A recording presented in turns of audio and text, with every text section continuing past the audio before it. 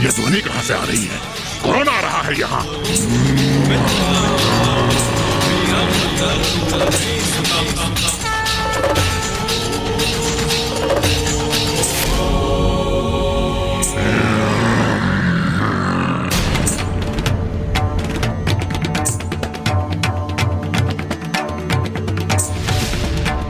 इस ऋषि को क्या ज्ञात नहीं कि मेरे आतंक के कारण कोई भी यहाँ विमलोदक सरोवर तक आने का दुस्साहस नहीं करता।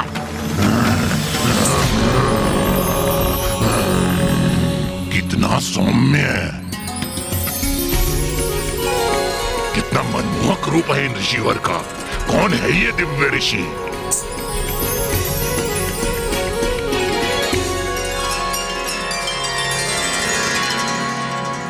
मेरे ध्यानस्थ के लिए यही उचित स्थान है।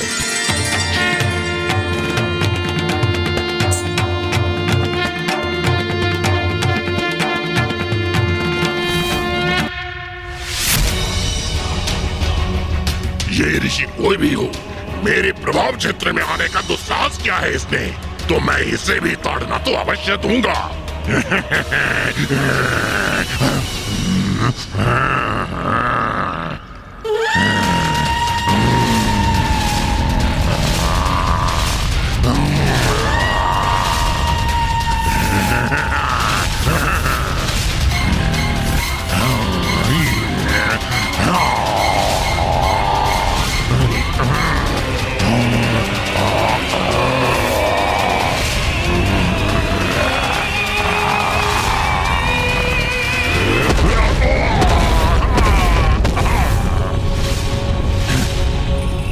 ये क्या हुआ? इस ऋषि ने अपनी प्रबल ऊर्जा से पीछे धकेल दिया मुझे। ऐसा तो आज तक कोई नहीं कर सका। इस ऋषि ने मुझे चुनौती देने का दुस्साहस किया है, तो उसका परिणाम भी अवश्य भुगतेगा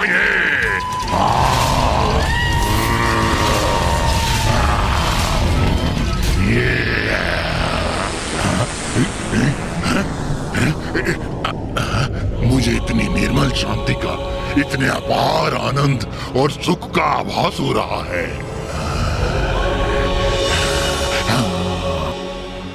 इस सरोवर पर आने वाले तीर्थ यात्रियों को क्यों सताते हो तुम?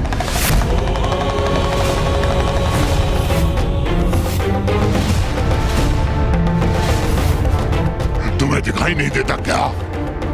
मैं एक भटकती हुई आत्मा हूँ। यह मेरा क्षेत्र है, तो यहाँ आए हुए प्रत्येक जीव को मैं क्यों ना सताऊं? मैं पिशाच योनि में होने की पीड़ा सहन कर रहा हूँ।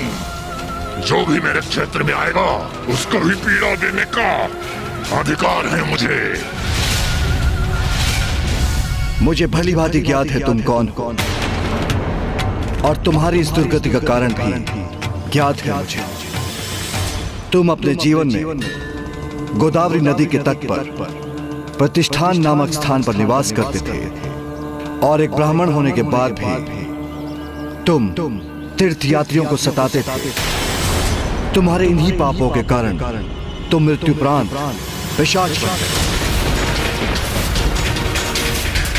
और जब तुम्हारे समक्ष एक अपवित्र ब्राह्मण प्रकट हुआ, तो तुमने उसके शरीर में प्रवेश कर लिया, क्योंकि ऐसे ब्राह्मण के शरीर में प्रेत पिशाच बहुत सहजता से प्रवेश कर सकते हैं। और उसी ब्राह्मण के माध्यम से तुमने काशी में भी प्रवेश किया।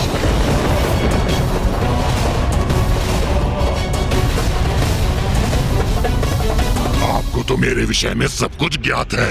आप अवश्य कोई असाधारण दिव्य ऋषि हैं।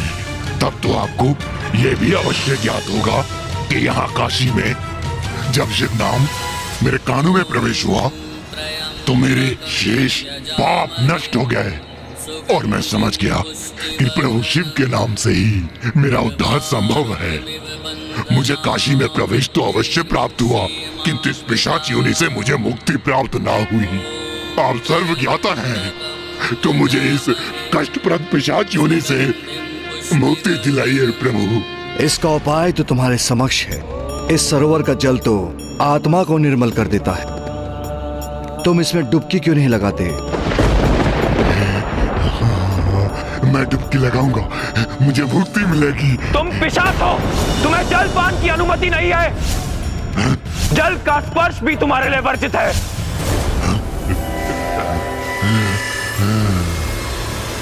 आप सर्वज्ञाता हैं, तो आपको यह ज्ञात भी नहीं कि एक पिशाच को जल स्पर्श करना भी वर्जित है। जल के लिए तरस गया हूं मैं। ये सरोवर मेरे समक्ष है, किंतु जल के एक बूंद के निकट तक नहीं पहुंच पा रहा हूं। अब क्या मुझे मुक्ति नहीं मिलेगी?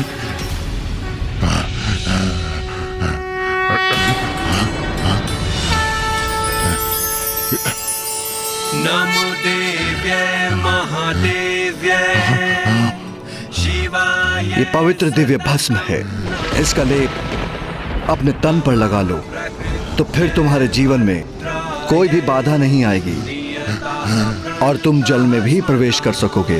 यह आपका आशीर्वाद आप ही दीजिए प्रभु।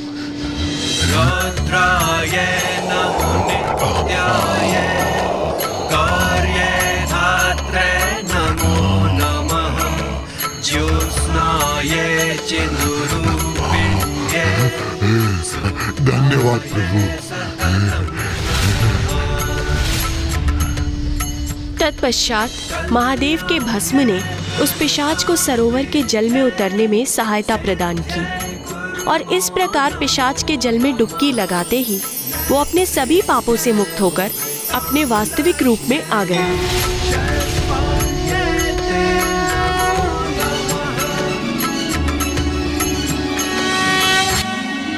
प्रभु,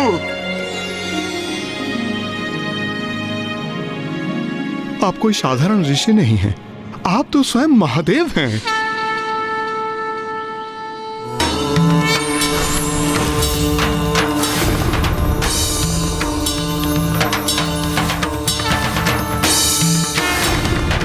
महादेव, महादेव, महादेव।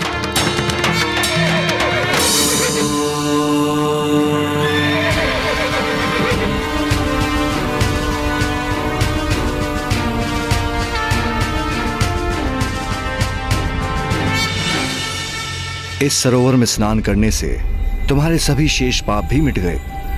अब तुम पिशाच योनि से मुक्त हो गए हो, इसलिए तुम्हें ये देवदूत अपने साथ स्वर्ग लोक ले जाने आए हैं।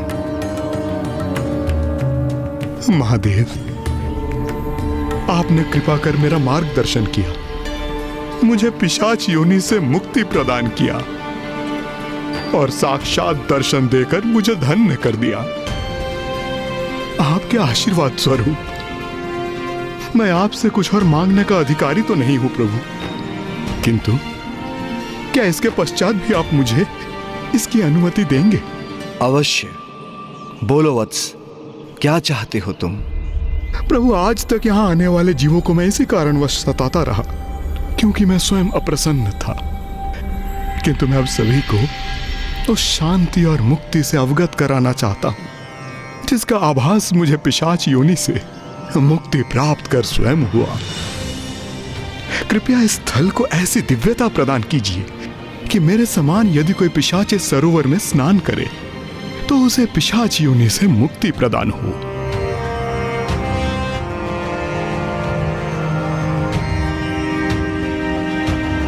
तथास्तु, तथास्तु, तथास्तु। आज से ये तीर्थ स्थल पिशाच मोचन के नाम से विख्यात होगा और जो भी पिशाच यहाँ स्नान करेंगे मैं विश्वनाथ मंदिर में स्थित रहकर उन्हें वहीं से आशीष दूंगा और मेरी कृपा से तुम्हारे समान उन्हें भी मुक्ति प्राप्त होगी। प्रणाम प्रभु।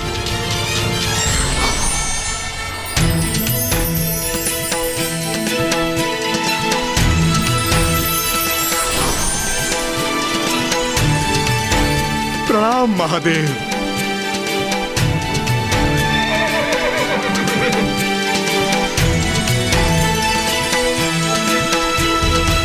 यदि आप दोनों इस पिशाच को विमलोदक सरोवर ले जाएं, तो पिशाच मोचन तीर्थ पर इसकी मुक्ति संभव है।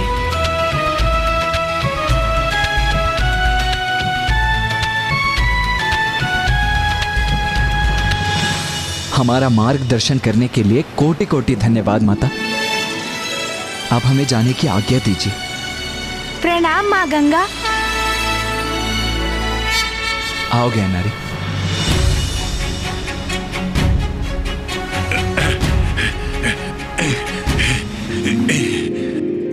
अब उचित है।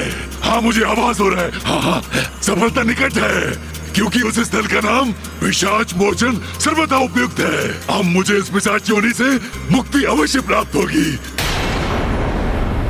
देवी पार्वती, मुझे क्षमा कीजिएगा। मैंने आपके दोनों पुत्रों को विमलोदक सरोवर अर्थात पिशाच मोचन घाट की ओर भेजा है, ये ज्ञात होते हुए कि काशी में बिना महादेव द्वारा भस्म प्राप्त किए किसी भी पिशाच की मुक्ति संभव नहीं। किंतु देवी, ये मुझे करना पड़ा, क्योंकि पिशाच मोचन घाट जाते समय आपके पुत्र उस मार्ग से होकर जाएंगे जहाँ आपका मंदिर स्थित है, और मुझे विश्वास है कि आप अवश्य उनकी सहायता करेंगी। इसके साथ ही आपके दोनों पुत्र आपकी अवस्था से भी अवगत हो जाएंगे देवी, जो कदाचित महादेव को पुनः काशी लौटाने का कोई नवीन मार्ग प्रशस्त करेगा।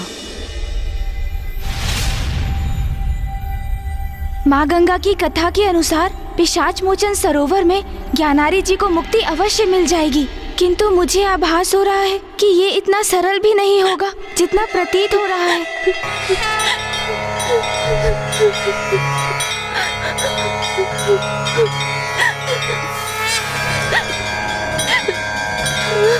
भैया, ये करुण स्वर माता के मंदिर के भीतर से आ रही है। हमें देखना होगा भैया कि इस करुण स्वर के पीछे क्या कारण है। आइए हम भीतर चलते हैं।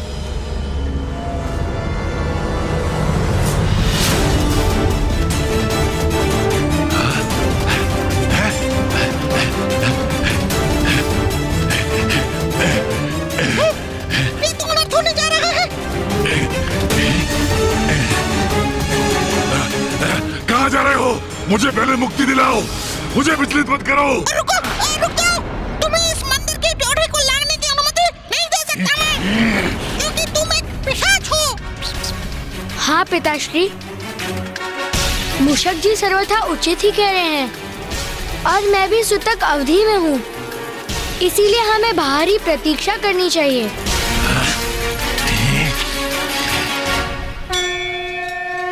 मैं ये समझने में असमर्थ हूँ कि हो क्या रहा है। हम यहाँ मेरी मुक्ति के लिए आए हैं, अथवा हमारे यहाँ आने का कारण कुछ और ही है। पिताश्री, कदाचित आपकी मुक्ति किसी और बड़े उद्देश्य की पूर्ति का साधन है। कदाचित प्रभु की कोई महान लीला प्रकट होने वाली है पिताश्री। ये काशी है, महादेव की प्रिय नगरी, संपूर्ण दिव्यता की केंद्र स्थली, और ये तो हमारा सौभाग्य है कि हम इस महान नगरी काशी में महादेव के प्रिय स्थल पर उनके दिव्य लीला के मध्य में है।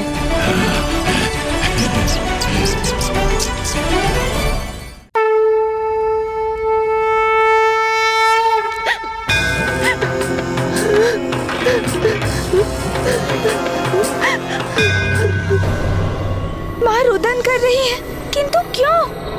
माता,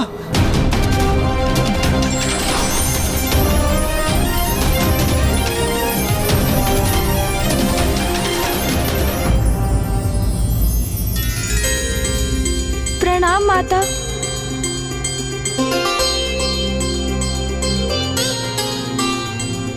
अंततः मेरे पुत्र मुझसे भेंट करने आ ही गए।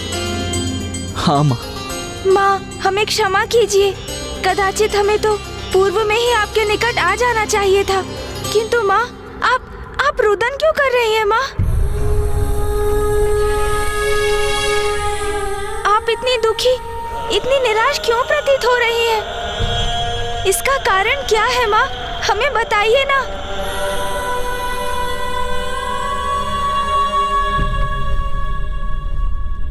मेरे पुत्र तो मेरे समक्ष हैं, किंतु मैं तो मेरे स्वामी के दर्शन के लिए अधीर हूँ, उन्हीं की प्रतीक्षा कर रही हूँ। माँ, तो मैं अभी पिताश्री का आह्वान करता हूँ, वो भी शीघ्र आपके निकट पहुँच जाएंगे। पुत्र गणेश, स्वामी काशी में प्रवेश नहीं कर सकते, क्योंकि काशी के राजा देवदास ने उन्हें काशी में नहीं प्रवेश करने के वचन से बांध दिया। क्या? मात्र एक राजा होकर उसने इतना बड़ा अनुचित कृत्य किया, परमेश्वर महादेव को काशी से विलग कर दिया। मेरी माँ को मेरे पिताश्री से विलग कर दिया उसने। इतना बड़ा दुस्साहस किया उसने। अब दिवोदास का अंत निश्चित है। दिवोदास!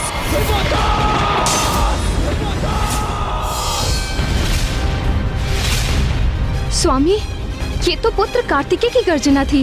किस पर इतना क्रोधित हो रहा है वो?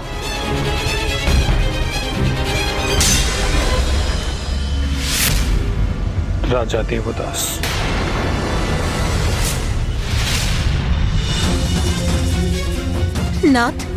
नाथ कार्तिकेय तो देवदास का अंत करने पर तुला है।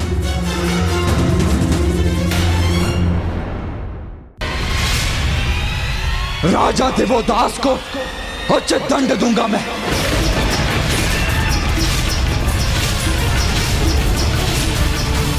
अब देवदास का अंत निश्चित है। पुत्र कार्तिकेय, पुत्र रुको।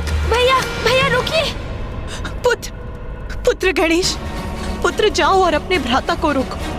माँ, भैया तो अति क्रुद्ध है। मैं उन्हें रोकने का प्रयत्न अवश्य करूंगा माँ, किंतु ये भी तो सत्य है कि राजा देवदास ने आपको पिताश्री से विलग होने पर विवश किया, जिसके लिए उन्हें उचित दंड प्राप्त होना ही चाहिए माँ। पुत्र गणेश, राजा देवदास ने जो भी किया उसमें कुछ भी अनुचित नहीं, इसीलिए जाओ और जाकर अपने भ्राता को रोको और उन्हें लौटाकर यहाँ लाओ। ये मेरा आदेश है पुत्र।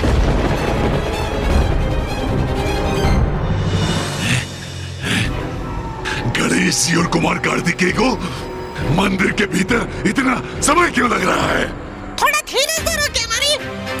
पुनः स्मरण कराऊंगा तुम्हें कि धीरज का फल मधुर होता है। प्रभु और कुमार कार्तिकेय माता के दर्शन कर उनसे मार्गदर्शन प्राप्त करने ही तो गए थे, एक तुम्हारे लिए, तुम्हें पिशाच योनि से मुक्ति दिलाने के लिए।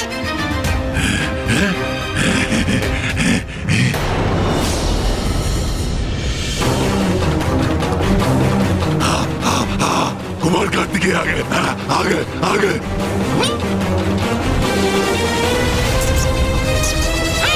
कुमार कार्तिकेय आ तो गए और उनकी भाव भंगिमा से ऐसा प्रतीत हो रहा है जैसे किसी बड़े प्रयोजन के लिए दृढ़ संकल्प लिया है उन्होंने।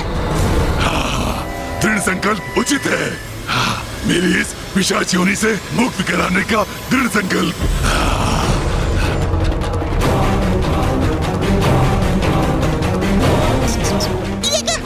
कुमार कार्तिकेय तो अति कुपित और उत्तेजित प्रतीत हो रहे हैं।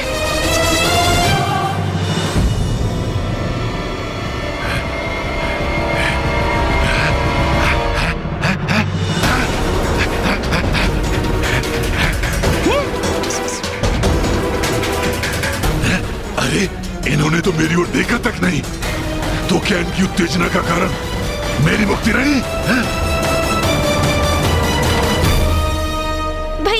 भैया रुक जाइए भैया। रुकिए भैया, कृपया सुनिए। क्या हुआ गणेश जी? माता ने कोई उपाय सुझाया आपको? हमें उसके लिए कहीं और जाना है क्या? तो चले। हाँ, कुमार कार्तिकेय के पीछे चले।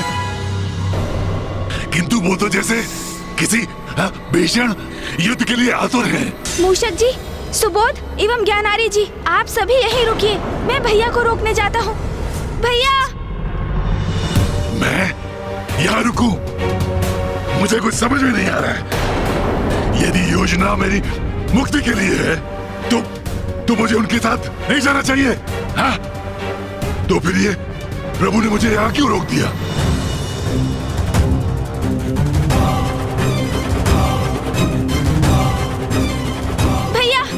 भैया कृपया करके रुक जाइए भैया, रुक जाइए। किसी भी स्थिति में कार्तिकेय को रोकना ही होगा। काशी के राजा दिवोदास के विरुद्ध कोई भी कदम उठाने का अर्थ होगा स्वयं महादेव के क्रोध का भागी बनना। अपराधी को उसके अपराध का दंड अवश्य मिलना चाहिए, किंतु नियमानुसार। आवेग में आकर बिना पूर्ण सत्य जाने किसी को दंड देना सर्वथा अनुचित है।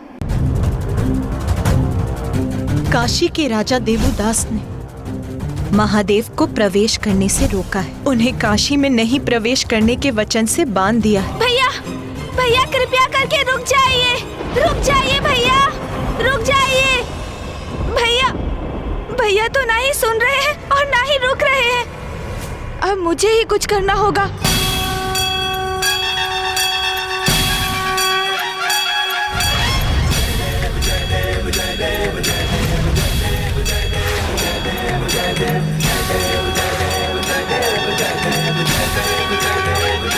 भैया रुक जाइए, कृपया कर रुक जाइए। आज उस दिवोदास को उचित पाठ सिखाने से कोई नहीं रोकेगा मुझे। तुम भी नहीं। हट जाओ मेरे मार्ग से।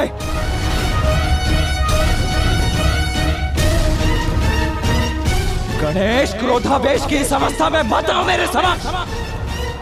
हट जाओ मेरे मार्ग से।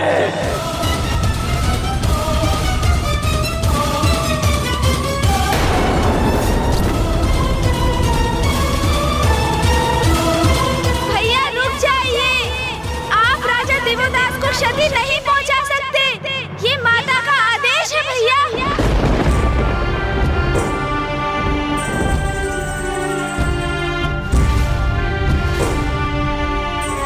हाँ भैया, माता ने इसी क्षण आपको उनके समक्ष लौटने को कहा है। ये भी उनका ही आदेश है। माँ, आपने मुझे दिवोदास को दंडित करने से क्यों रोक दिया? पुत्र, क्योंकि दंड तो अपराधी को दिया जाता है और राजा दिवोदास ने तो कोई अपराध नहीं किया।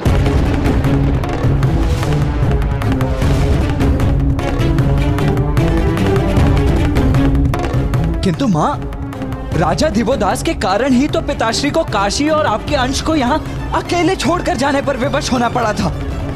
फिर आप उसके अपराध को नकार क्यों रही हैं? पुत्र, क्योंकि राजा दिवोदास तो भक्त शिरोमणि है, भक्त प्रहलाद के ही समान, भक्ति के महान उदाहरण है। वो कैसे माता? पुत्र, मुझे ज्ञात है तुम अत्यंत व्यथित और क्रुद्ध हो, किंतु आवेग में आकर कुछ भी करने के पूर्व तुम्हें इस घटना के दोनों पक्षों को ज्ञात करना आवश्यक है। अभी तो तुम्हें केवल इतना ही ज्ञात है कि राजा दिवोदास के कारण तुम्हारे पिताश्री को काशी का त्याग करना पड़ा, किंतु वो ये करने के लिए क्यों प्रेरित हुए ये तुम्हें कहाँ ज्ञात है पुत्र? तो मुझे समझाने की कृपा कीजिए माँ, क्योंकि जितना मुझे ज्ञात है उसके अनुसार तो दिवोदास आपका और पिताश्री का बहुत बड़ा अपराधी है।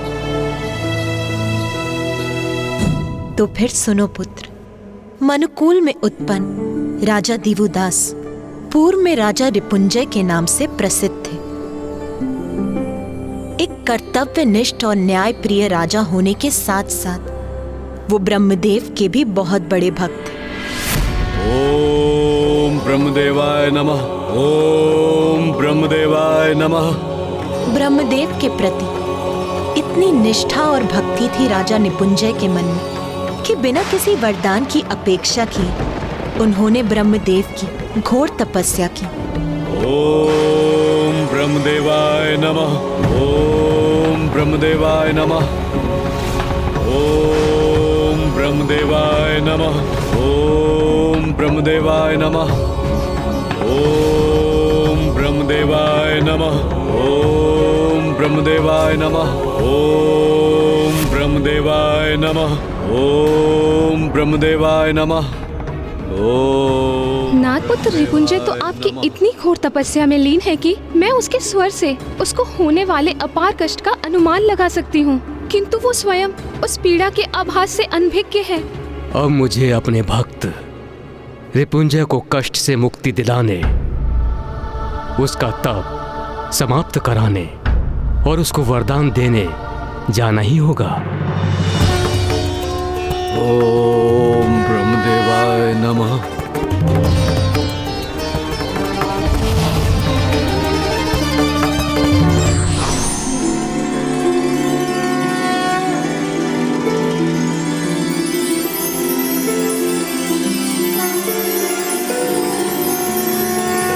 वत्स रिपुंजय, तुम्हारा तप पूर्ण हुआ।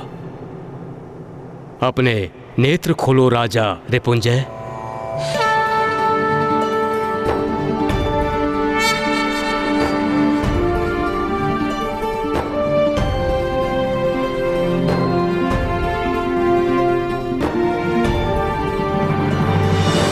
पुत्र रिपुंजय, मैं तुम्हारे तप से प्रसन्न हुआ। कहो, तुम्हें क्या वरदान चाहिए? प्रभु, ये तप मैंने वरदान के लिए नहीं किया। आपके प्रत्यक्ष दर्शन रूपी आशीर्वाद पाकर मैं तृप्त हो गया। आप मेरे तप से प्रसन्न हुए प्रभु। मेरे लिए तो सबसे बड़ा वरदान यही है। पुत्र रिपुंजय, तुम एक आदर्श राजा हो, न्याय प्रिय हो, धर्मनिष्ठ हो। संसार को तुम्हारे जैसे राजा की आवश्यकता है। तो आज से तुम वनों, पर्वतों, सागरों और समस्त वसुंधरा की देखरेख करो। तुम्हारे धर्मनिष्ठ राज्य से प्रभावित होकर सभी देवता तुम पर सदैव अपने आशीर्वाद की वर्षा करते रहेंगे। नागराज वासुकी तुम्हें अपनी पुत्री अनंग मोहिनी का हाथ प्रस्तुत करेंगे। तुम उसे अपनी धर्म पत्नी के रूप में स्वीकार करो और समस्त संसार पर राज्य करो। दिवो दशयंती युत्पत्ति के अनुसार आज से मैं तुम्हारा नवीन नाम देवोदास भी देता हूँ। प्रभु, प्रभु, आपकी आज्ञा का पालन करना तो मेरा परम सौभाग्य होगा, किंतु मैं अपनी राजधानी कहाँ स्थापित करूं? वत्स देवोदास, तुम धर्माचरण पर अड़िग रहने वाले पराक्रमी राजा हो। तुम्हारा राज्य तुम्हारे प्रति धर्म की अटूट निष्ठा पर ही आधारित होगा। तुम्हारे राज्य में देवताओं की सहायता से संसार में समृद्धि रहेगी।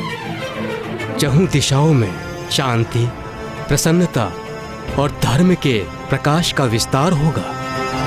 इसलिए तुम्हें तो ऐसे स्थान पर स्थित होकर राज्य करना चाहिए जो तुम्हारे धर्मोचित राज्य के परम प्रतीक के समान हो। मैं तुम्हें वरदान देता हूँ कि तुम काशी में स्थित होकर संसार के राजकाज का कार्यभार संभालोगे।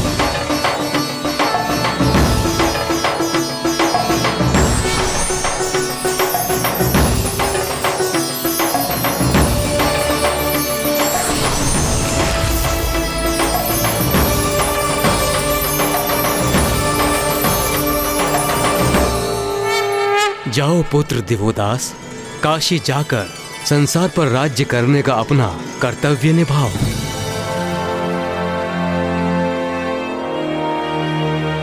क्या हुआ पुत्र? तुम्हारे मुख पर यह संकोच कैसा?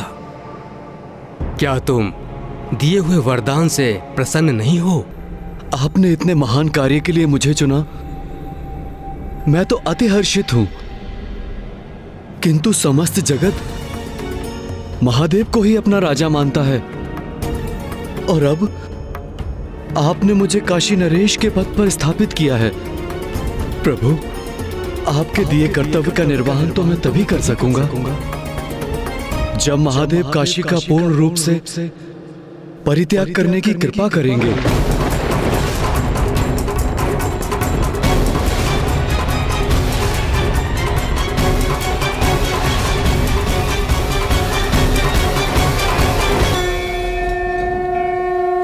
महादेव,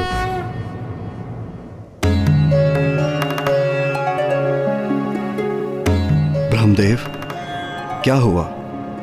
आप इतने चिंतित क्यों हैं? महादेव, मेरी चिंता बड़ी विकट है। उसके निवारण हेतु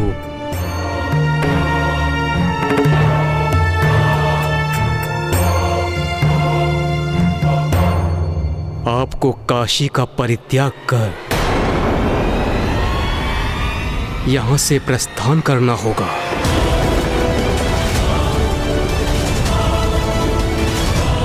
ये आप क्या कह रहे हैं ब्रह्मदेव?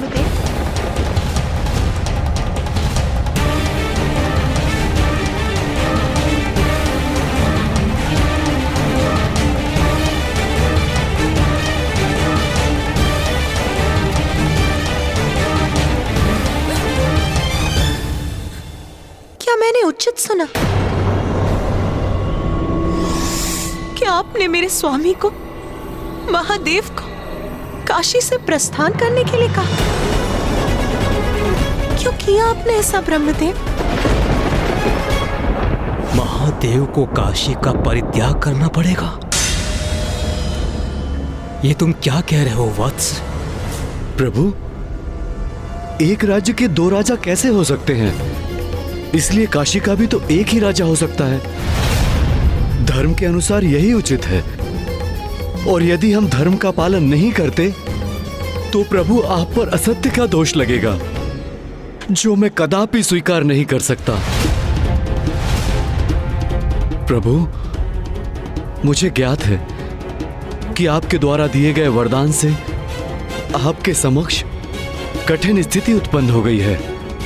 यदि आप चाहें तो कि मैं काशी नरेश के पद ग्रहण करने के प्रस्ताव से पीछे हट जाऊं? नहीं वत्स, मैं तुम्हें वरदान दे चुका हूं और वरदान को लौटाना संभव नहीं है। कदापि नहीं।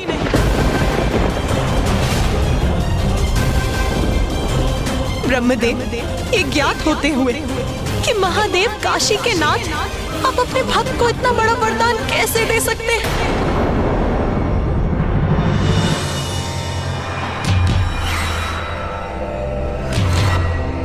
उमा, ब्रह्मदेव ने तो अपने भक्त को उसके तप के फलस्वरूप वरदान दिया था।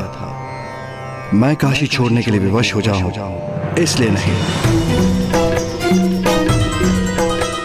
मैं स्वयं जाकर राजा दिवोदास से संवाद कर इस उलझन का उचित निदान ढूंढ लूंगा।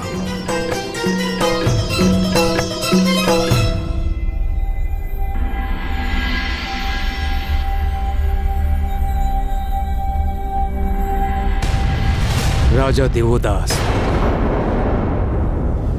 ब्रह्मदेव, प्रभु, आपके मुख की वेदना से स्पष्ट हो रहा है कि आप ये कठिन संवाद महादेव से कर चुके हैं।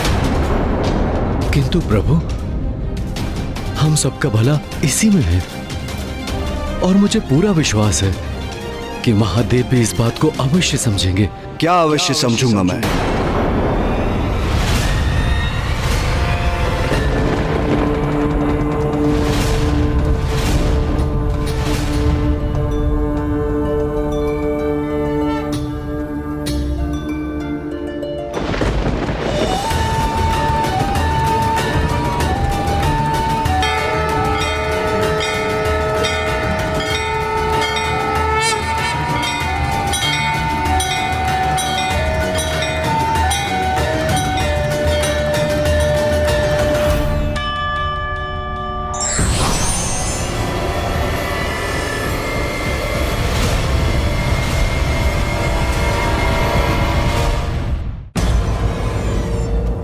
प्रणाम महादेव, प्रणाम नारायण, प्रणाम देवगण। महादेव, आप अवश्य समझ गए होंगे कि ये स्थिति मेरे लिए कितनी विकट है। विकट तो अवश्य है देवदास, किंतु तुम्हारे लिए नहीं। स्थिति अब हमारे लिए विकट हो गई। ब्रह्मदेव ने तुम्हें उंगली के आदि पकड़ने के लिए तुमने तो आगे बढ़कर उनका संपूर्ण हाथ ही पकड़ लिया। वाह देवदास वाह, आज तक हम सबको यह विश्वास था कि तुम एक नेक और सदाचारी मनुष्य हो, किंतु वो भ्रांति थी हमारी। तुम तो सत्ता लोलुप प्रमाणित हुए। सुनो दिवोदास, तुम अपनी मर्यादा भंग कर रहे हो। महादेव काशी का परित्याग करें ये सुझाव भी देने का दुस्साहस कैसे किया तुमने? मात्र एक तुच्छ राजा होकर तुम ये निर्धारित कैसे कर सकते हो कि काशी में रहने की अनुमति किसे है और किसे नहीं? महादेव काशी के नाथ हैं, वो यहां से कहीं नहीं जाएंगे। अपितु तुमको यहां से प्रस्थान करना होगा देवदास। तुमने उचित नहीं किया देवदास। महादेव जो जगत पिता है, तुमने उन्हीं को उनका निवास छोड़ने के लिए कह दिया। मैं तो बस इतना सुनिश्चित करने का प्रयत्न कर रहा हूं नारायण कि मेरे आराध्य ब्रह्मदेव पर धर्म भंग करने के पाप का कलंक न लगे। मेरे तप से प्रसन्न होकर मेरे द्वारा कोई वरदान मांगे बिना ही संसार के हित में उन्होंने उस शासन की बागडोर सौंप दी और इसी क्रम में उन्होंने मुझे काशी से इस कर्तव्य के निर्वाह करने का आदेश दिया, जिसके लिए मेरा काशी नरेश घोषित होना अति आवश्यक है और यही धर्म के अनुरूप है। इसीलिए तो मैं मात्र ब्रह्मदेव के दिए हुए वरदान को ही सार्थक करने का प्रयत्न कर रहा हूं। महादेव, यदि आपकी अनुमति हो तो मैं इस कथन को और भी स्पष्ट करने हेतु आपसे कुछ और प्रश्न पूछूं? अवश्य पूछो दिव्यदास।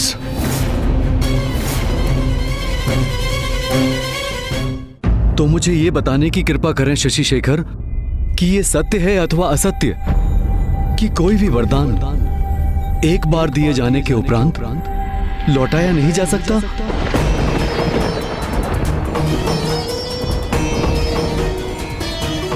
सत्य है। तो फिर ये सत्य है कि असत्य? हे शूलपाणी, कि किसी भी राजा को एक नगर पर भली भांति राज करने के लिए उसकी प्रजा के मन में उसके प्रति सम्मान की भावना होनी चाहिए अथवा नहीं होनी चाहिए? सत्य है। तो हे भक्त वत्सल, क्या ये सत्य है अथवा असत्य कि आज समस्त देवगण मेरे विरुद्ध इसलिए हैं क्योंकि आज मैंने दिवोदास ने, जिसे ब्रह्मदेव ने काशी नरेश के पद पर स्थापित किया है, उनसे एक निवेदन किया है। निवेदन किया? देवदास, तुम्हें निवेदन का अर्थ भी ज्ञात है?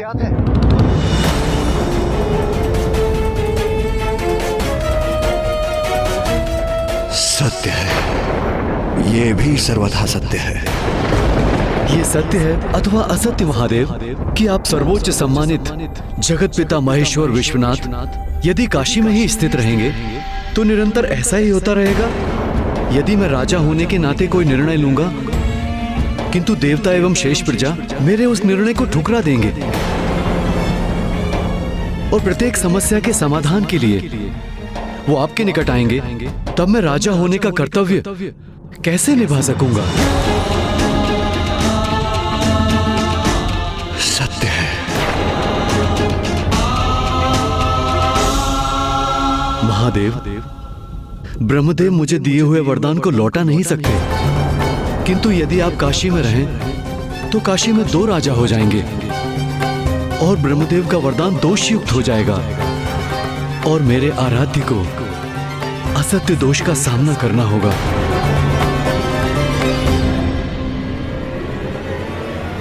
ब्रह्मदेव के वचन का मान रखने की कृपा कीजिए महादेव।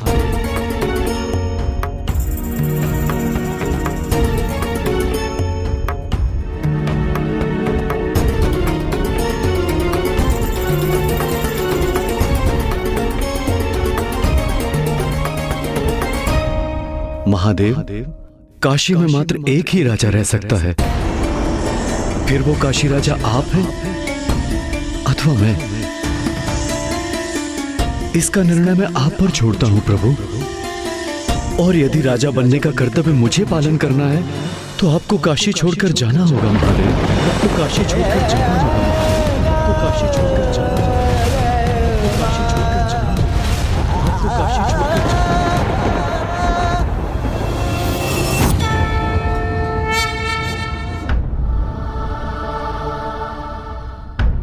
स्वामी, स्वामी लौट आए।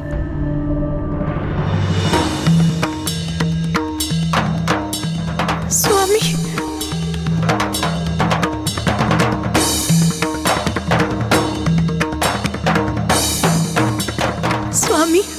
समस्या का निदान हो गया ना? दिव्यदास समझ गया ना? समझ ही गया होगा। मुझे तो पूर्व ही ज्ञात था। ये तो मात्र एक भूल है। आप उसे अपनी तर्क शक्ति से उसकी भूल समझा ही देंगे, सब उचित हो जाएगा। ब्रह्मदेव मुझे दिए हुए वरदान को लौटा नहीं सकते, किंतु यदि आप काशी में रहें तो काशी में 2 राजा हो जाएंगे और ब्रह्मदेव का वरदान दोषयुक्त हो जाएगा। और यदि राजा बनने का कर्तव्य मुझे पालन करना है तो आपको काशी छोड़कर जाना होगा महादेव। उमा, मुझे काशी छोड़कर जाना होगा। मुझे काशी छोड़कर जाना होगा।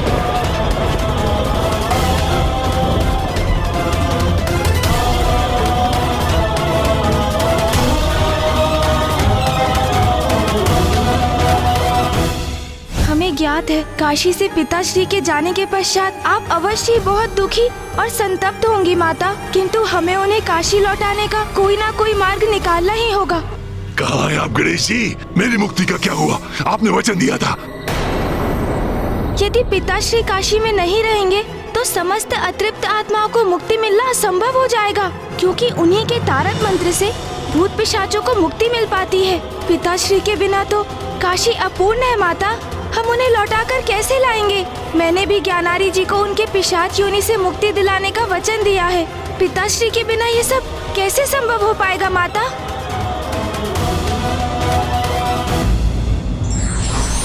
धर्म का पालन और उसकी मर्यादा का मान रखने के लिए ईश्वर भी अपनी इच्छा का त्याग करते हैं और हमें धर्म के मार्ग पर चलने को प्रेरित करते हैं। ब्रह्मदेव द्वारा वरदान प्राप्त कर चुके काशी के नवीन सम्राट दिव्यदास ने उनके समक्ष अपना तर्क सदक पक्ष रखा, तो फिर स्वामी ने भी निश्चय कर लिया। उमा, मुझे काशी छोड़कर जाना होगा।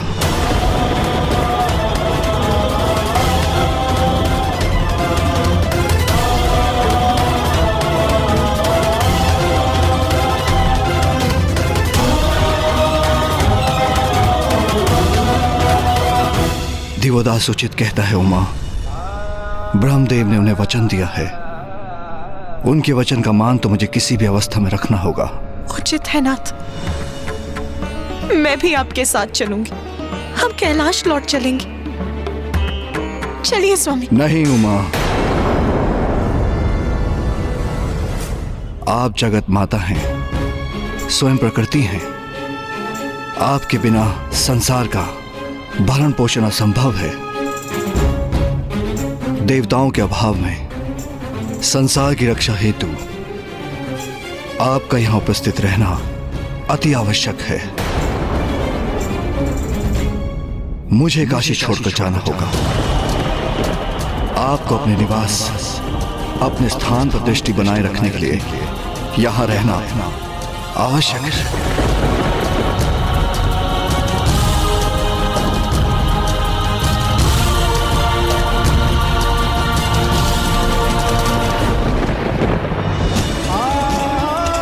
स्वामी,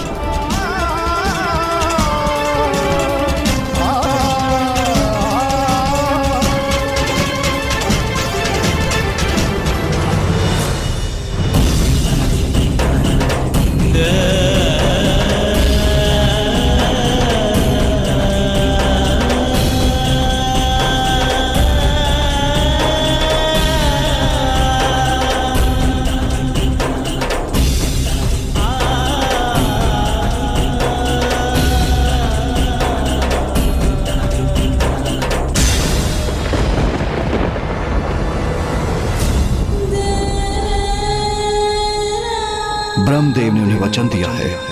उनके वचन का मान तो मुझे किसी भी अवस्था में रखना होगा। मुझे काशी छोड़कर जाना होगा।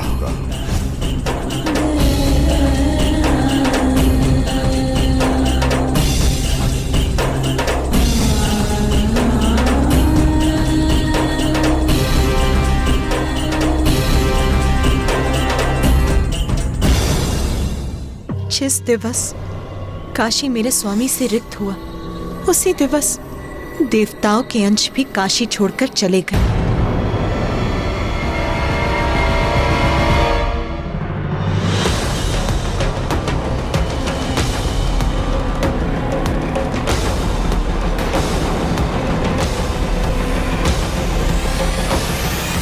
मुझसे कैसा अनर्थ हो गया महादेव। मेरे वरदान का मान रखने हेतु आप अपनी प्रिय काशी के साथ साथ देवी आदि शक्ति को भी छोड़कर जाने के लिए विवश हो गए हैं। और इसी कारण अन्य देवताओं के अंश भी जिनका वास काशी में था वो भी अपने स्थान से रिक्त हो गए।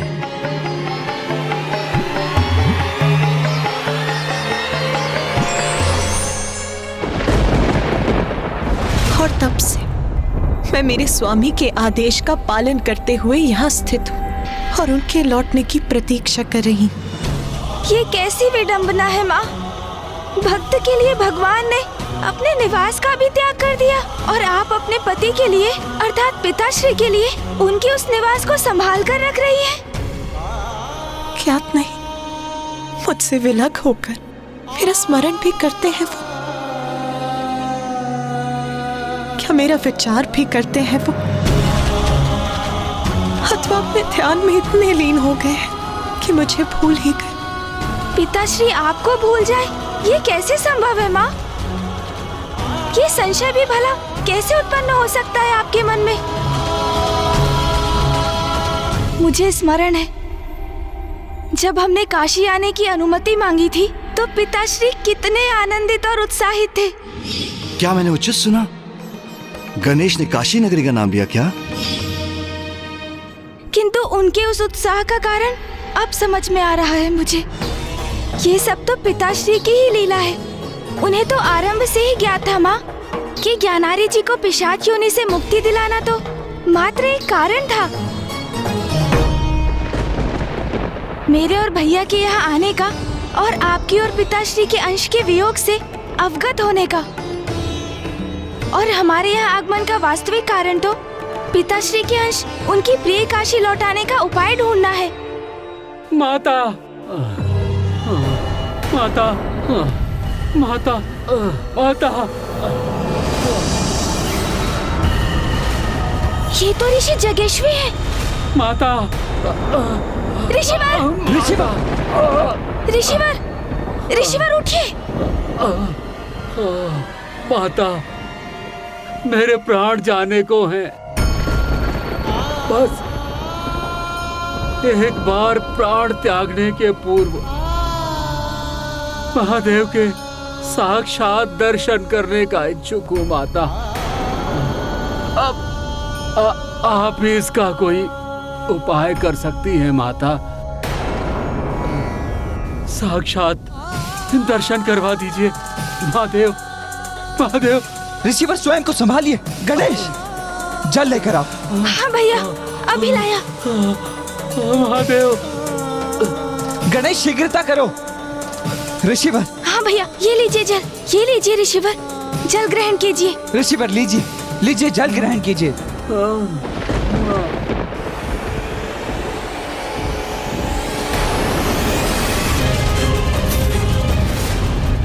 जब तक महादेव के साक्षात दर्शन नहीं कर लूंगा निर्जल ही रहूंगा। माँ, ये जल को अस्वीकार क्यों कर रहे हैं? ये महादेव के साक्षात दर्शन करने के पूर्व अपना शरीर नहीं त्यागना चाहते, इसलिए जल ग्रहण करने से मना कर रहे हैं पुत्र।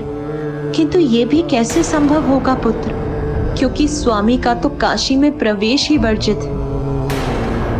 ओम नमः शिवाय। ऋषिवर तो अपनी चेतना खो रहे हैं। माँ, अब तो स्थिति द्विगुणित हो रही है और विकट बनती जा रही है। यहाँ ऋषि जगेश्वी को यदि पिताश्री के दर्शन प्राप्त ना हुए तो वो अपने प्राण त्याग देंगे,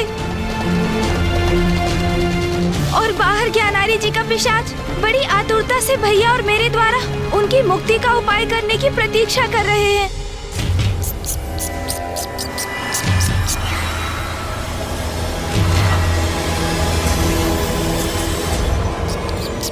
और आप भी यहाँ एकाकी इतने समय से पिताश्री के अंश की प्रतीक्षा में व्याकुल है माँ। माँ, आपकी पीड़ा दूर करने के लिए हमें सर्वप्रथम पिताश्री को काशी लौटा कर लाना होगा। तत्पश्चात हम दूसरी समस्याओं का भी शीघ्र समाधान कर लेंगे। पुत्र कार्तिकेय, पुत्र गणेश, ये समय मेरी व्यथा पर विचार करने का नहीं है। इस समय तुम्हारे लिए तुम्हारा कर्तव्य ही सर्वोपरि है। पुत्र, ज्ञानरी का पिशाच ही तुम्हें काशी लेकर आया है, इसीलिए सर्वप्रथम तुम्हें उसी की समस्या का निवारण करना चाहिए, उसे मुक्ति दिलाने का उपाय करना चाहिए पुत्र। किंतु माँ, हम तो कितने समय से इसी का प्रयास कर रहे हैं और बार बार उसमें विफलता ही प्राप्त हो रही है हमें। हाँ माँ, पिताश्री यहाँ नहीं है तो काशी में पिशाच योनि से मुक्ति तो असंभव है, और यदि काशी में उन्हें मुक्ति प्राप्त नहीं हो सकती तो फिर हम कहाँ ले जाएंगे उन्हें माँ? कहाँ ले जाकर मुक्ति दिलाएंगे ज्ञानारी जी के पिशाच को? हाँ माँ।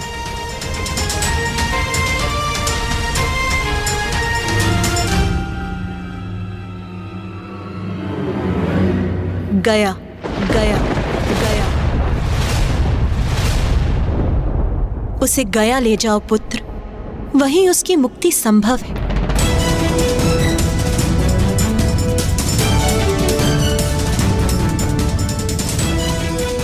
किंतु माँ, जो कार्य काशी में संभव नहीं हुआ वो गया में भला कैसे संभव हो सकता है? पुत्र, गया वो धाम है जहाँ पिंड दान होने पर मृत जीव आत्माओं को सद्गति अवश्य प्राप्त होती है, और ऐसा गयासुर को प्राप्त वरदान के कारण है। गयासुर अर्थात एक असुर? एक असुर को इतना बड़ा वरदान कैसे प्राप्त हुआ माँ? पुत्र, गयासुर एक असुर अवश्य था, किंतु वो नारायण का परम भक्त भी था, और राजा दिवोदास के ही समान वो नेक, सदाचारी और धर्मनिष्ठ था। अच्छा माँ, किंतु उसने इतना बड़ा वरदान कैसे प्राप्त किया? पुत्र, नारायण भक्त गयासुर ने अपने आराध्य नारायण को प्रसन्न करने के लिए भीषण यज्ञ आरंभ किया। ओम नमः विष्णु शंखाय मम सर्व मनवांचित फल प्रदान गुरु गुरु स्वाहा। ओम नमः विष्णु शंखाय मम सर्व मंगल कामना पूर्ति फलम गुरु गुरु गुरु स्वाहा। ओम नमो विष्णु शंखाय मम सर्व मंगल कामना पूर्ति फलम गुरु गुरु स्वाहा।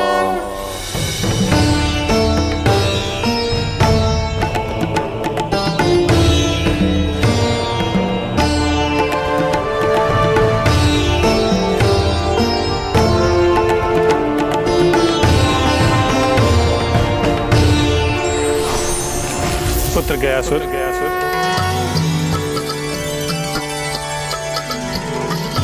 प्रभु, नारायण मेरे आराध्य, मैं तुम्हारे तप से अत्यंत प्रसन्न। कहो कहो, क्या वरदान चाहिए तुम्हें? मुझे तो मात्र आपका तप करने से ही अपार सुख और शांति की प्राप्ति होती है, और आपने तो मुझे साक्षात दर्शन देकर कृतार्थ कर दिया प्रभु। आपके दर्शन ही मेरे लिए वरदान स्वरूप है प्रभु, और आपकी आज्ञा का पालन करना मेरा धर्म है प्रभु। यदि आप मुझे वरदान देना ही चाहते हैं तो मुझे निरंतर भाव से तप करने की शक्ति दीजिए प्रभु, और मुझे यह वरदान दीजिए कि जब मैं आपकी तपस्या में लीन हूं उस समय जो भी जीव मुझे स्पर्श करे या मेरे दर्शन करे वह यमराज और उसके दूतों के बंधन से मुक्त हो जाए, उन्हें मोक्ष की प्राप्ति हो और वो वैकुंठ गमन के अधिकारी हो। तथास्तु, तथास्तु।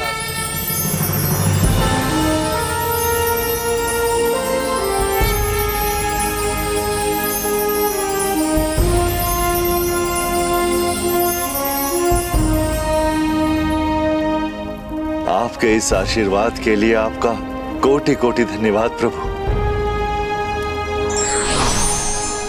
और इस प्रकार गयासुर के वर प्राप्ति से सृष्टि का संतुलन बिगड़ने लगा। दुर्जन अत्याचारी पुरुष पाप कर गयासुर का स्पर्श कर लेते थे और मोक्ष पाकर वैकुंठ पहुंच जाते थे।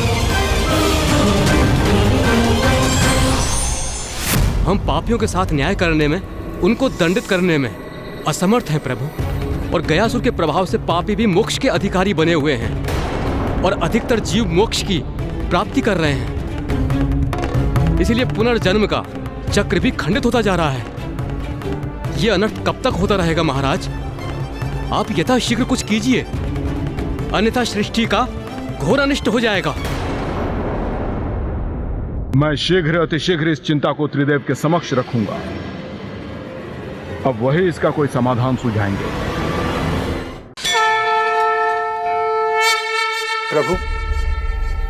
प्रभु, आपने जो गयासुर को वरदान दिया है, प्रतीत होता है कि किसी को भी पुण्य प्राप्त करने की आवश्यकता ही नहीं होगी। यज्ञ आदि में किसी की भी रुचि नहीं है।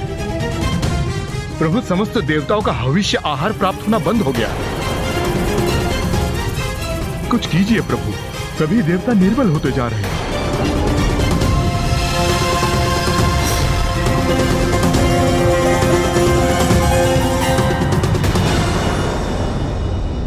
महादेव, यदि ऐसा ही होता रहा तो जिस संसार की रचना आपने और माता आदिशक्ति ने की है, वो जीवों से रिक्त हो जाएगा। नहीं, इस समस्या का एक ही समाधान है, गयासुर की मृत्यु हो। जब वो ही नहीं होगा तो उसके माध्यम से किसी को मुक्ति भी नहीं प्राप्त हो पाएगी। सृष्टि के हित के लिए मुझे उसका अंत कर ही देना चाहिए।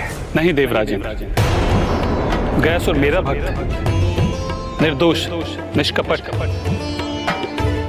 मैं मानता हूं कि संसार की सुरक्षा आवश्यक है, किंतु उसके लिए किसी निर्दोष का वध करना कदापि उचित नहीं। और वैसे इस समय आप सभी देवताओं कोई इतना सामर्थ्य नहीं कि गयासुर को क्षति पहुंचा सके। तो नारायण, क्योंकि मेरे वरदान के कारण उसके चारों ओर एक प्रबल ऊर्जा है। अब यदि मैं आपका सुझाव स्वीकार भी कर लूं ना देवराजन, तो आपकी शक्ति उस प्रबल ऊर्जा को भेद कर गयासुर का वध नहीं कर सकती। हमें कोई ना कोई उपाय तो निकालना ही होगा, वो भी शीघ्र अतिशीघ्र।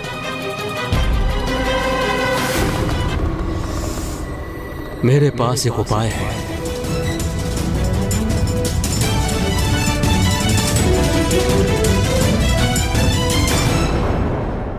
ओम नमः विष्णु शंखाय मम सर्व मंगल कार्याय पूर्ति नमः कुरु कुरु स्वाहा। ओम नमः विष्णु शंखाय मम सर्व मंगल कामना पूर्ति फलम कुरु कुरु स्वाहा। गयासुर,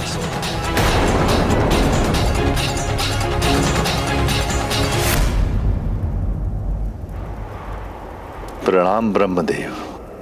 मुझे ज्ञात है कि नारायण की तपस्या से ही तुम अति आनंदित हो।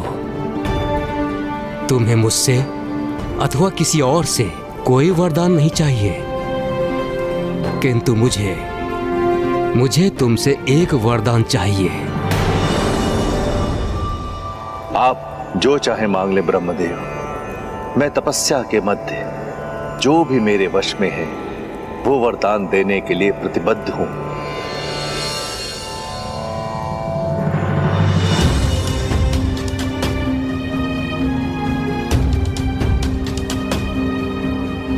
गयासुर, नारायण द्वारा तुमको दिए गए वरदान से पवित्र हुए तुम्हारे तन पर विराजमान होकर मैं यज्ञ करने का इच्छुक हूं।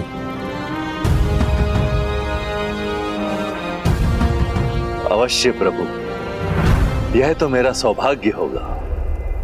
जब तक मैं तुम्हारे तन पर आरूढ़ होकर ये यज्ञ संपन्न नहीं कर लेता, किसी को भी हमारे निकट आकर मेरे यज्ञ में व्यवधान डालने की अनुमति नहीं होगी। अपनी इस युक्ति से ब्रह्मदेव ने यह सुनिश्चित किया कि अयोग्य जीव गयासुर के दर्शन अथवा स्पर्श के माध्यम से मोक्ष न प्राप्त कर सके। ब्रह्मदेव के आग्रह को अपना सौभाग्य मानकर गयासुर ने ब्रह्मदेव के प्रस्ताव को स्वीकार किया और स्वयं पृथ्वी पर लेट गया। उसका विशाल शरीर 5 कोस के क्षेत्र में फैल गया और ब्रह्मदेव उस पर स्थित होकर यज्ञ करने लगे।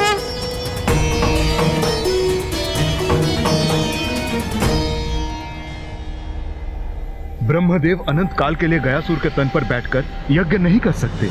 एक समय के पश्चात उनका यज्ञ पूर्ण होगा और उसके बाद गयासुर पुनः उठकर तप करने लग जाएंगे और सभी जीवों को पुनः उनके निकट जाकर मोक्ष प्राप्ति का मार्ग प्राप्त हो जाएगा। मेरे विचार से हमें ब्रह्मदेव की सहायता करनी चाहिए। हाँ, यही उचित होगा। हमें गयासुर के भिन्न अंगों पर स्थापित होकर अपने भार से उसे दबाए रखना होगा जिससे कि वो उठ न सके। किंतु उसकी विशाल काया के कारण हम देवताओं को सम्मिलित रूप से प्रयास करना चाहिए। संसार की भलाई एवं सृष्टि के नियम पूरक संचालन के लिए गयासुर का पृथ्वी पर लेटना ही आवश्यक था और जिसके लिए देवताओं ने एक सम्मिलित प्रयास किया। देवता गयासुर को उठने से रोकने के लिए उनके भिन्न भिन्न अंगों पर जाकर स्थित हो गए। हमारे भार से गयासुर पर कोई प्रभाव नहीं पड़ रहा। हमें उस पर और भी भार डालना होगा।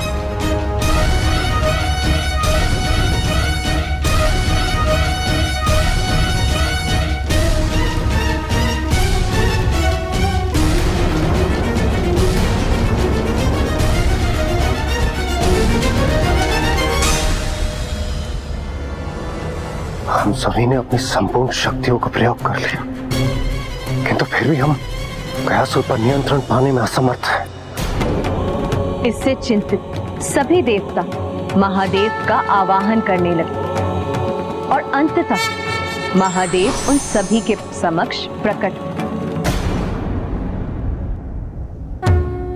गयासुर नारायण का परम भक्त है, इसलिए इतना बल उसमें नारायण की परम भक्ति से ही उत्पन्न हो रहा है। इसलिए आपकी समस्या का समाधान तो नारायण ही कर सकते हैं। इसलिए आप सभी नारायण का ही आह्वान कीजिए।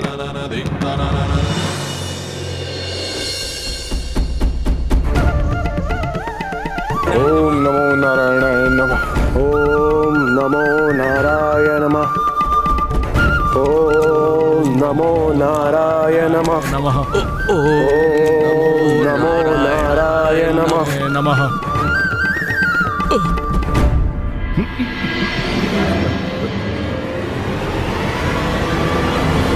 तो क्या माँ देवताओं के गुहार लगाने पर क्या मामा जी उनकी रक्षा के लिए प्रस्तुत हुए? गयासुर से संबंधित इस घटनाक्रम में प्रभु की कौन सी लीला निहित थी और क्या प्रयोजन था उसका? पुण्य फल का भागी केवल धर्म का पालन करने वाला ही प्राप्त कर सकता है। यदि उसका दुरुपयोग होता है तो या दूसरे उसका लाभ लेते हैं या तो दंड के भागी हो सकते हैं। सभी देवतागण गयासुर को भूमि पर स्थिर रखने का भरसक प्रयास तो कर रहे थे, किंतु समय गयासुर की असीम शक्ति के समक्ष पर्याप्त नहीं था। यज्ञ की पूर्ण आहुति करनी पड़ती है, इसलिए मुझे भी इस यज्ञ की समाप्ति करनी होगी। तथा सभी देवता महादेव की सहायता के लिए प्रार्थना करने लगे और अंततः महादेव प्रकट।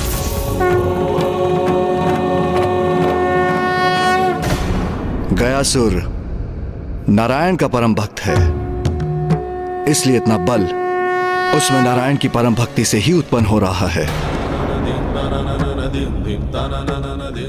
इसलिए आपकी समस्या का समाधान तो नारायण ही कर सकते हैं। इसलिए आप सभी नारायण का ही आह्वान कीजिए।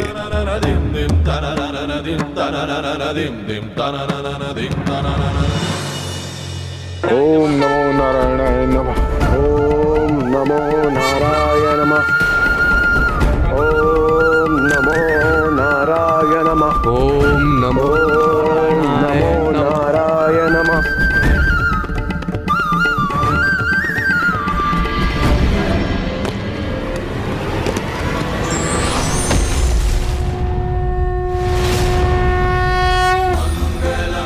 भगवान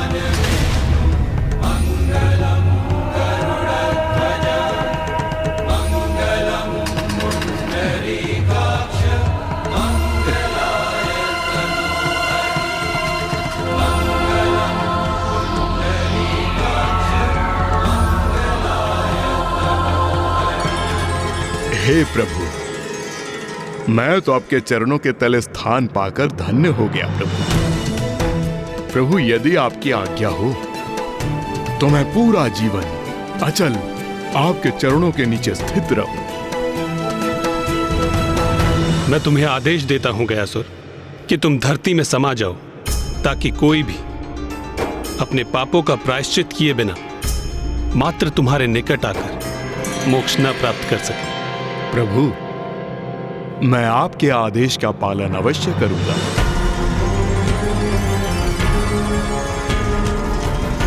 तुम्हारे इस त्याग से मैं अत्यंत प्रसन्न हूं। मांगो गयासुर, वरदान मांगो। मैं तो आपका भक्त हूं प्रभु, और आपके भक्त को किसी भी स्थिति में मात्र जन कल्याण ही सूझता है।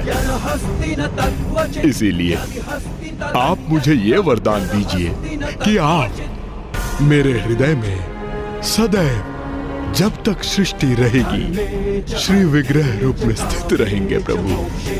और इस क्षेत्र में जो भी अपने पूर्वजों का पिंड दान करेगा, उसे सद्गति की प्राप्ति होगी प्रभु।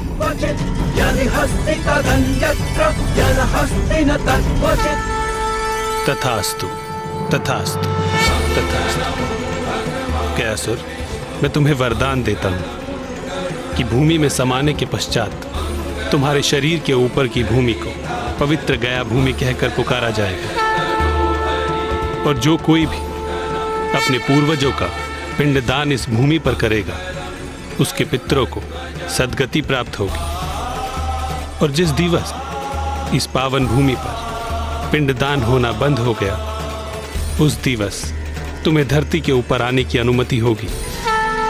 मुझे मनोवांछित फल देने के लिए धन्यवाद प्रभु। अब कृपा कर आपके आदेश का पालन करने में मेरी सहायता कीजिए प्रभु।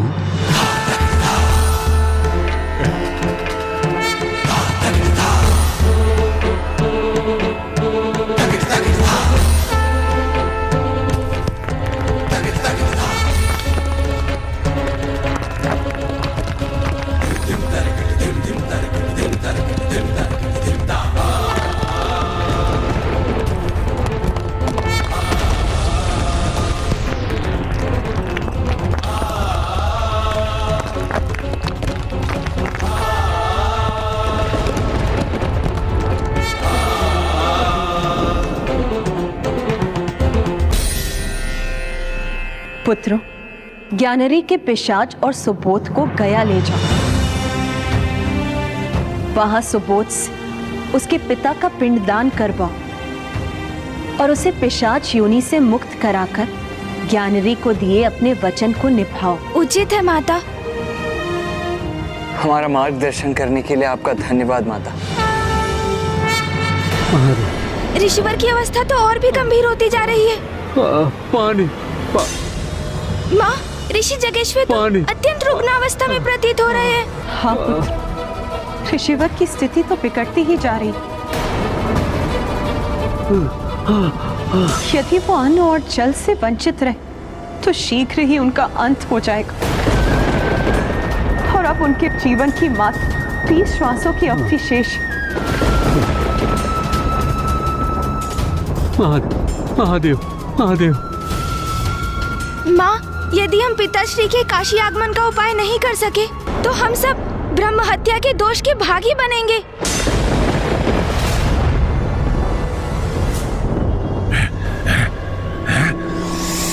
सर्वप्रथम गणेश जी कुमार कार्तिकेय मंदिर के भीतर गए, फिर अचानक बाहर आए और तीव्र गति से कहीं और चले गए, फिर लौट कर आए और मंदिर के भीतर चले गए। और अभी भी मंदिर के भीतर ही है।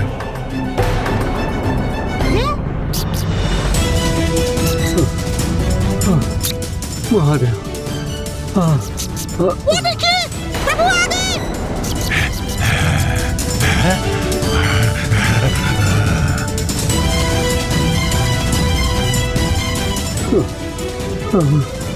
महादेव, महादेव।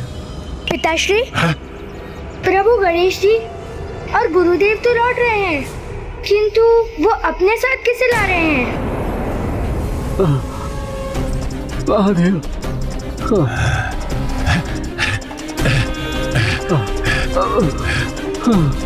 महादेव महादेव ओम नमः शिवाय ओम नमः शिवाय ओम नमः शिवाय ओम नमः शिवाय ओम नमः शिवाय।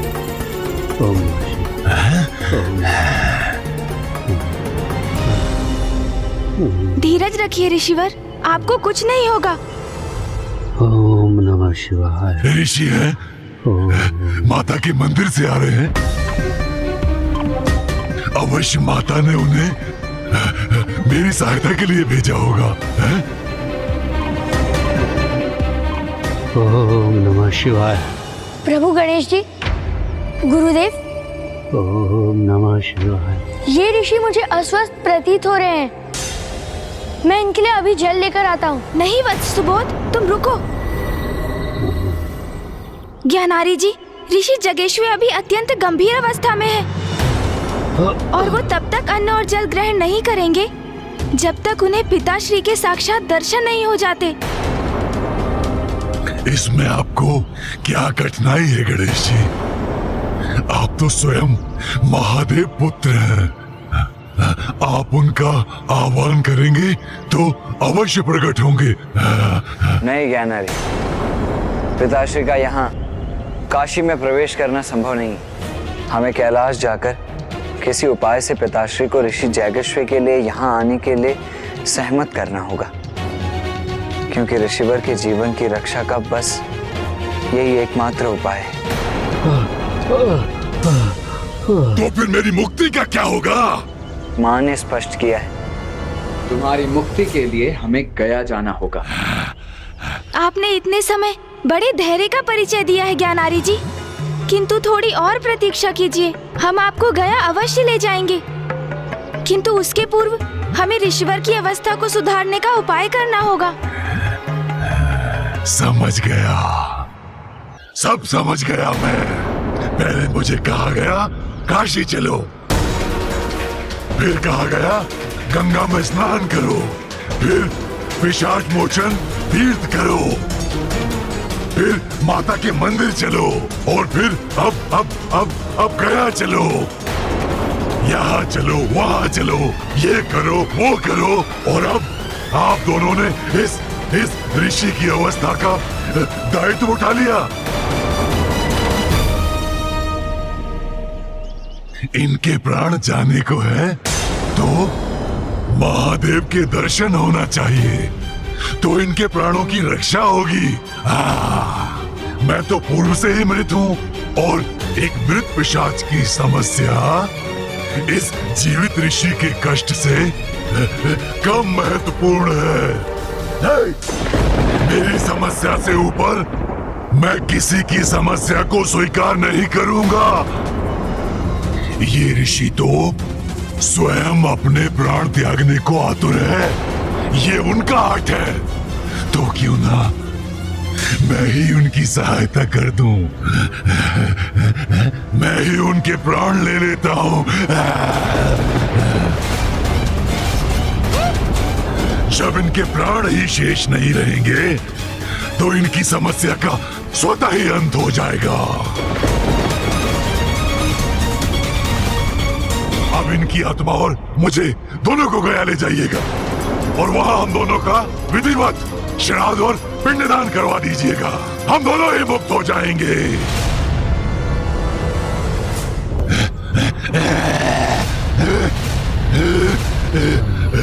रुकिए ज्ञानारी जी।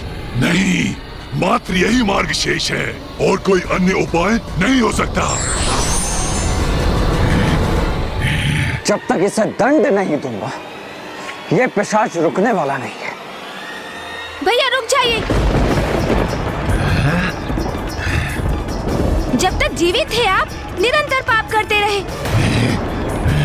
और अब मृत्युपरांत भी आप पाप कर रहे हैं। हत्या करने जा रहे हैं, वो भी एक तपस्वी ऋषि की। महादेव के परम भक्त की हत्या करेंगे आप। ज्ञात भी है आपको, यदि आपने ऋषि जगेश्वर का स्पर्श भी किया तो महादेव के कोप के भागी बनेंगे आप। उनकी क्रोधाग्नि भस्म कर देगी आपको।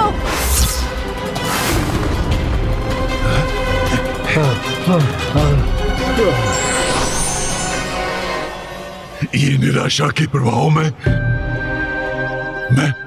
मैं क्रोध के आवेग में बह गया, किंतु मुझे जो चाहिए उसके लिए मुझे कितनी और प्रतीक्षा करनी होगी? ज्ञानारी जी, आपको अपने लक्ष्य की प्राप्ति में विलंब हो रहा है। इसका अर्थ ये तो नहीं कि आप किसी अन्य के प्रति हिंसक हो जाएंगे। एक दुर्बल अस्वस्थ ऋषि पर आक्रमण कर बैठेंगे। गणेश जी, कुमार कार्तिकेय, मैं कुशल हूँ, मैं अशक्त अवश्य हूँ, किंतु मेरी पीड़ा इस पिशाच की पीड़ा की तुलना में कुछ भी नहीं। आप मेरी चिंता मत कीजिए, मेरी तो भक्ति में ही शक्ति है। मेरा विश्वास है कि महादेव और माँ जगत जननी मेरा कुछ अनिष्ट नहीं होने देंगी। हाँ ऋषिवर, आप सत्य कह रहे हैं।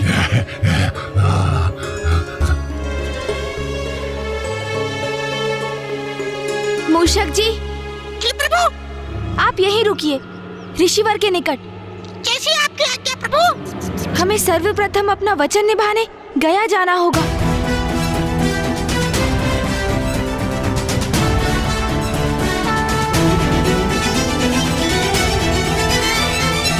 माता, आपको इस प्रकार काशी में एकाकी छोड़कर जाने का मन तो नहीं कर रहा है, किंतु आपके आदेश का पालन करने हेतु सर्वप्रथम हम ज्ञानारी जी की सहायता करने, उन्हें पिशाच योनि से मुक्ति दिलाने, उन्हें गया ले जाएंगे। हम ज्ञानारी जी को शीघ्र मुक्ति दिलाने का प्रयास करेंगे, जिससे शीघ्र यहाँ आकर आपको एवं पिताश्री को मिलाने का प्रयास कर सके। माँ, मैं भी बड़ी अधीरता से उसी दिवस की प्रतीक्षा कर रही हूँ पुत्र, जब स्वामी के अंश से पुनः मेरा संयोग होगा। प्रिय,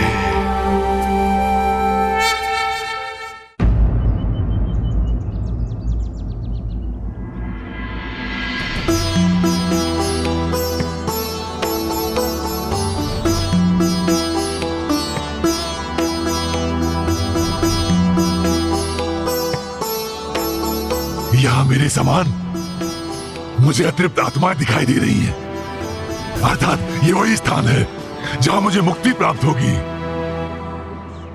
माता का सुझाव सर्वथा उचित था। हाँ।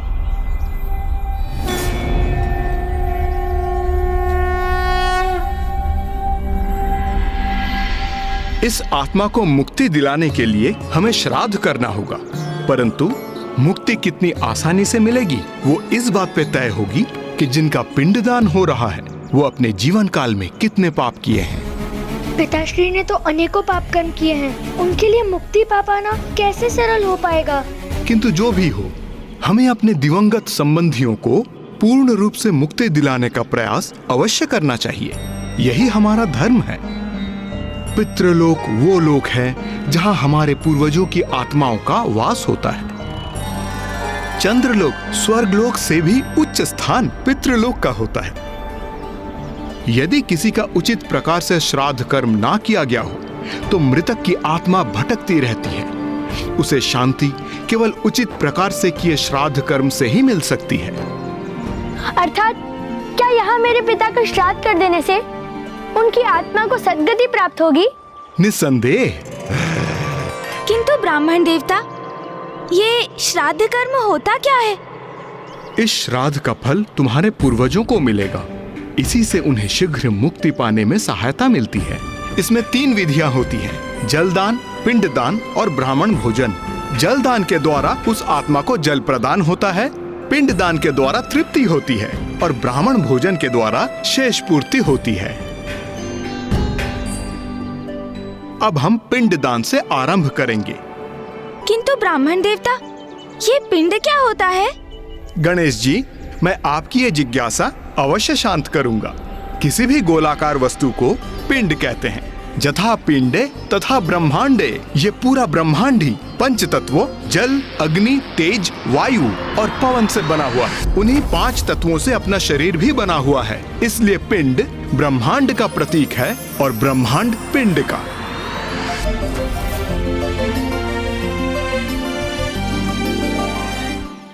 यहाँ तक कि हमारा शरीर भी एक पिंड ही है और पितरों का पिंडदान इसलिए किया जाता है ताकि उनका पिंड अर्थात इस शरीर रूपी पिंड से आसक्ति छूट जाए और वो आगे की यात्रा आरंभ कर सकें और दूसरा पिंड या दूसरा शरीर या मोक्ष पा सकें। ब्राह्मण देव, हम पिंडदान का महत्व तो समझ गए, किंतु ये जल तर्पण क्यों आवश्यक है? मृत व्यक्ति की आत्मा को जल की बहुत प्यास होती है, किंतु उसे किसी भी जल के स्रोत के निकट जाने की अनुमति नहीं होती है।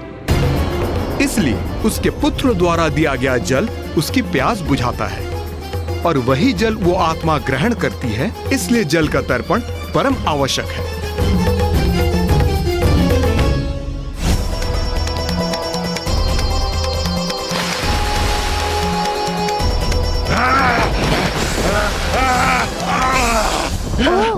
तो इसलिए माता गंगा ने ज्ञानारी जी के पिशाच को अपने जल में प्रवेश करने की अनुमति नहीं दी।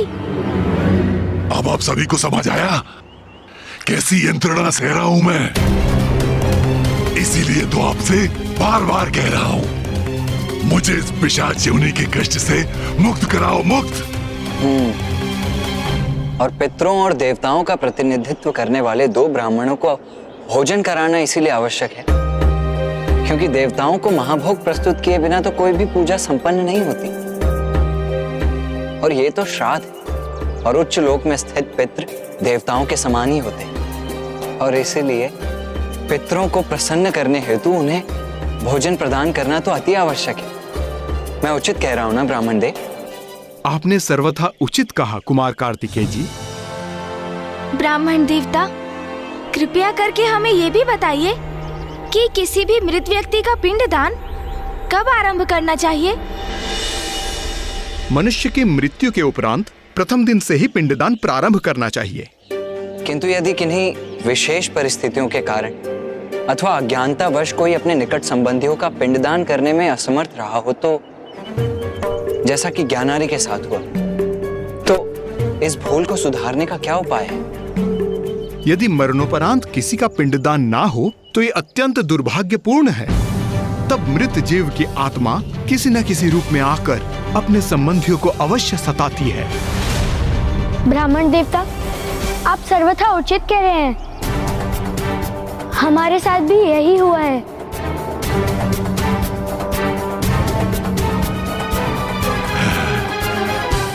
किंतु समस्या का निवारण भी संभव है। गया की पावन भूमि है वो समाधान। जिस आत्मा का पिंडदान मृत्यु के समय नहीं हो सका, उस आत्मा का पिंडदान इस गया में संभव हो सकता है और पिंडदान होते ही उस मृत शरीर की आत्मा का अपने मृत शरीर से मोह भंग हो जाएगा और उस पिंडदान के प्रभाव से उसे एक नवीन शरीर प्राप्त होगा जिसके द्वारा वो उत्तम लोकों की यात्रा करेगी। नवीन शरीर अर्थात ब्राह्मण देवता? मृत्युपरांत प्रथम दिवस से जैसे ही पिंडदान की विधि आरंभ होती है, तभी प्रतिदिन उस आत्मा के लिए एक नवीन शरीर उत्पन्न होने लगता है और ये प्रक्रिया 10वें दिवस में जाकर समाप्त होती है। नवीन शरीर? तो क्या मुझे भी नवीन शरीर प्राप्त हो जाएगा? फिर मुझे मुक्ति पाने की क्या आवश्यकता है? इस नवीन शरीर को यातना शरीर कहते हैं। यातना शरीर? किंतु उसे यातना शरीर क्यों कहा जाता है ब्राह्मण देवता?